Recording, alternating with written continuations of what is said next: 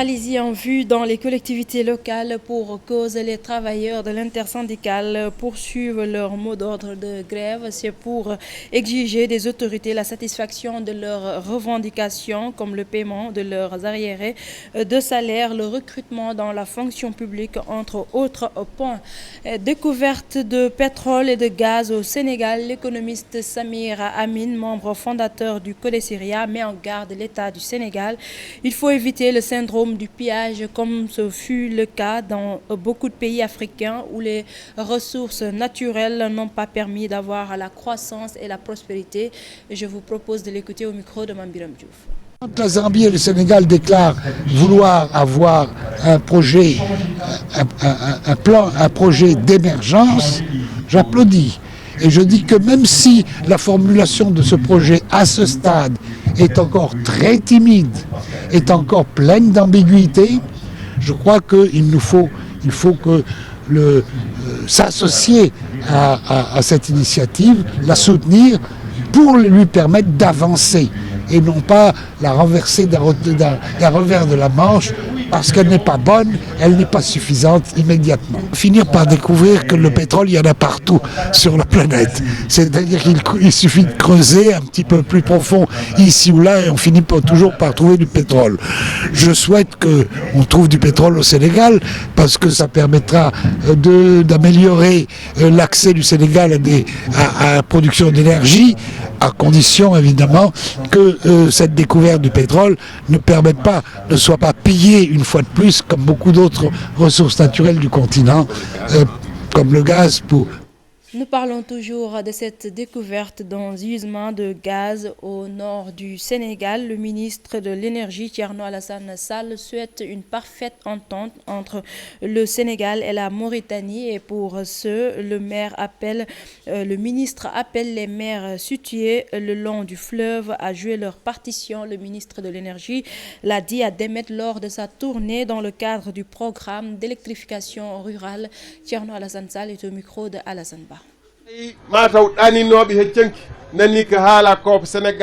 Vous avez entendu parler de la découverte d'un gisement de gaz et la découverte s'est faite entre le Sénégal et la Mauritanie.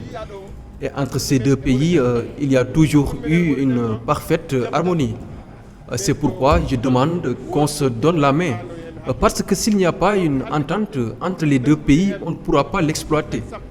Donc entre vous, les maires qui occupent les localités frontalières, vous devez jouer votre rôle. Ce gisement va apporter la prospérité. On ne l'a pas découvert tout seul. Vous avez entendu parler de la découverte du pétrole début janvier. Et j'espère que d'ici 3 ans, 4 ans ou 5 ans, le produit pourra être exploité.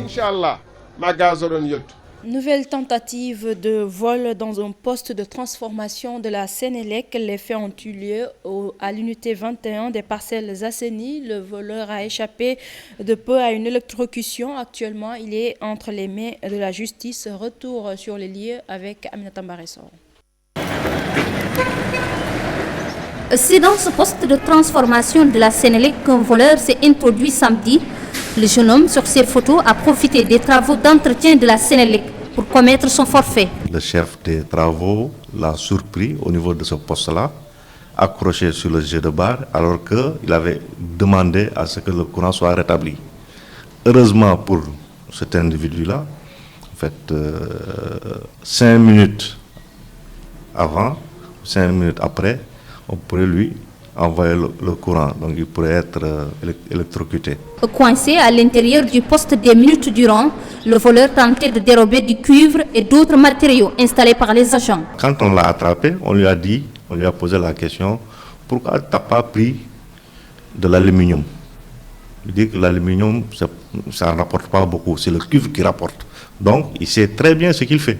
Des vols de ce genre, la Sénélec en compte des milliers. Conséquence, des coupures d'électricité dans les quartiers concernés. Je suis resté de 9h du matin à 0h sans électricité.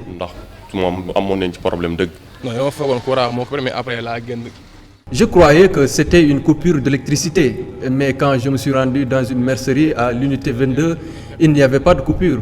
Alors je ne comprenais plus. Nos postes de transfo sont équipés de cuivre. Donc c'est pour cela qu'on est vraiment victime de beaucoup de cas de vol de cuivre.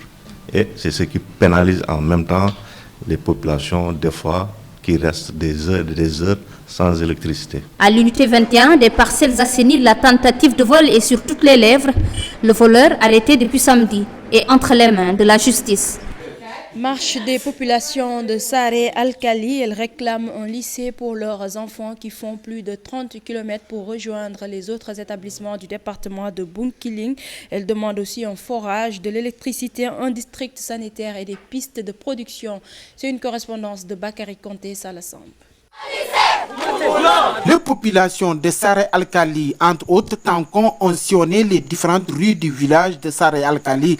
Elles réclament la création d'un lycée à Saré Alkali qu'elles considèrent étant le centre des 4 communes de la localité. Elles déplorent la création du lycée de Nyamakuta. Nous disons nécessaire quand le lycée sera, pour que le lycée soit productif, il faut qu'il soit dans le centre.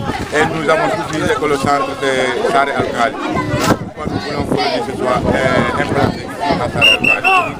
Une meilleure éducation et bonne éducation des enfants. Les collégiens et étudiants ont aussi participé à la marche. Il y a beaucoup d'abandon. Si les élèves se retrouvent ailleurs, les lycées sont loin. Alors nous rencontrons beaucoup de problèmes. Pour les grossesses précoces, nous avons un manque de tuteurs. Nous réclamons que le lycée soit à Sarakal. Le lycée de Nyamakuda ne nous arrange pas parce qu'il fait ici plus que 30 km. Et ça ne nous arrange pas. Mais si on fait ici le lycée, ça va nous arranger. Et les villages environnants. Autre problème soulevé par les populations du Kabada. Hormis aussi ce lycée, nous avons d'énormes problèmes du côté de l'électrification, du côté de l'eau et du côté de la santé, surtout les assainissements des femmes qui sont en césarienne.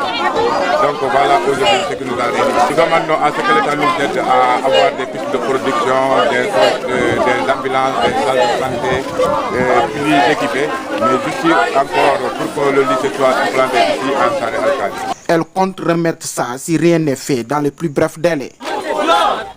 Du sport pour terminer, Ligue 1 professionnelle, Niary Tally renoue avec la victoire. NGB a battu l'US Gorée 1-0. Une victoire qui permet à Niary Tally de quitter la lanterne rouge. Retour sur ce match avec Pape Faragning. Niary Tally retrouve le chemin des filets et de la victoire. Une frappe à l'entrée de la surface de Abdoulaye Ndiaye à la 71e minute a eu raison de l'US Gorée. Un succès après 10 journées d'attente. On attendait ce moment où nous allions renouer avec, disons, cette opportunité de marquer un but au moins. Je ne sais pas si vous avez fait la remarque, ça fait au moins 7 matchs qu'on n'a pas marqué de but. Donc à la longue, le doute allait s'installer, mais aujourd'hui on a pu... Ils se sont prouvés à eux-mêmes qu'ils pouvaient marquer, quoi. Et nous, c'était aussi le manque de lucidité. Ils auraient pu marquer voire 2, voire 3 buts. Parce qu'il y avait la place pour, quoi. Mais je dis encore une fois, ouf, comme vous l'avez dit tout tantôt, qu'ils se rendent compte qu'effectivement ils peuvent marquer et que, partant, ils peuvent gagner. L'US Gorée prend le chemin inverse. Après un début de saison en fanfare, l'équipe n'arrive plus à gagner. On avait la première balle de marquer, on n'a pas su marquer. Même en premier mi-temps, ça a été difficile pour toutes les deux équipes. Mais aussi, je mets aussi ça dans le compte du football. Sur le compte du football, on a perdu 1-0. Bon. Moi, je pense qu'on va encore rectifier, on va travailler encore sur certaines bases. Parce que sur le but, personne n'est monté sur le porteur du ballon, il frappe. Le gardien peut-être n'a pas vu le départ du ballon. Donc on perd 1-0. Je dis bravo aussi à Niary Tally. Mais c'est dommage pour nous.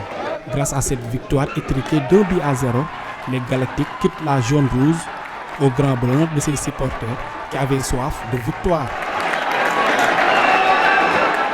Voilà qui met fin à ce bulletin d'information. Merci de l'avoir suivi. L'info revient à 8h en Wolof.